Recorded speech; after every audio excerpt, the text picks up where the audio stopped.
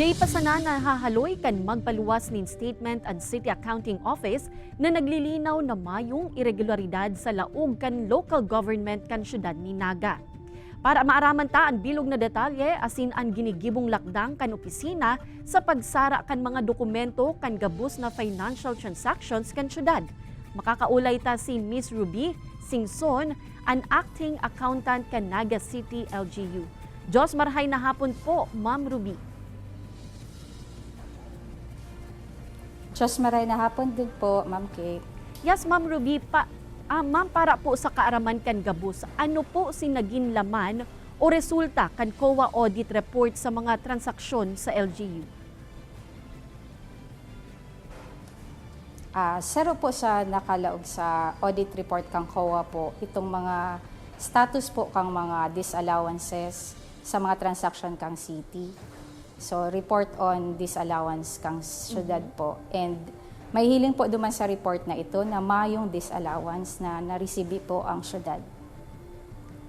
Oo, ma'am. Mga anong taon po ini, as in, ano po ang buot sabihon kan notice of disallowances?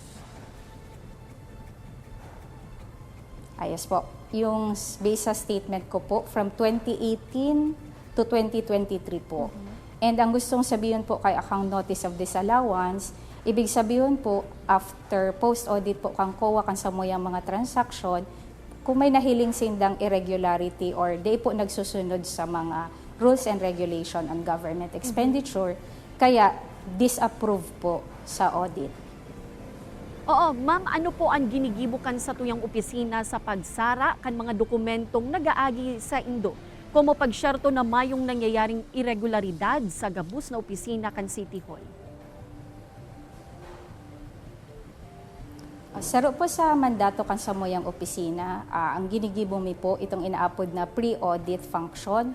Ibig sabihin po, bago po maggasto ang syudad, bago po magpaluwas ng kwarta, ng bayad, sa gabus po, like mga payroll or disbursement voucher para sa settlement ka mga payable or bayadan kang syudad, sinisiguro mi po na kompleto ang supporting documents and gabus na transaction po nagsusunod sa mga batas. Oo, ma'am, assurance na lang po kan sa indong opisina na mayong nangyayaring anuman na irregularidad sa gabus na transaksyon sa City Hall. So, siring man po sa dati may pangginigibo, padagos po kami sa paggibo kan sa mong mandato bilang mga public servant. Sinisiguro mi po na ang gabus na transaction kang syudad, kompleto po nare-record sa libro, nare-report sa COA. Gabus na paid transactions po, nare-receive ni COA ang mga dokumento para po sa indang ma-audit. Ang katunayan po nga ni kayan, dahil kompleto mi siyang naisasubmit sa COA, mayo po sindang na-issue na notice of disallowance or masindang nahiling na irregularity sa mga transaksyon.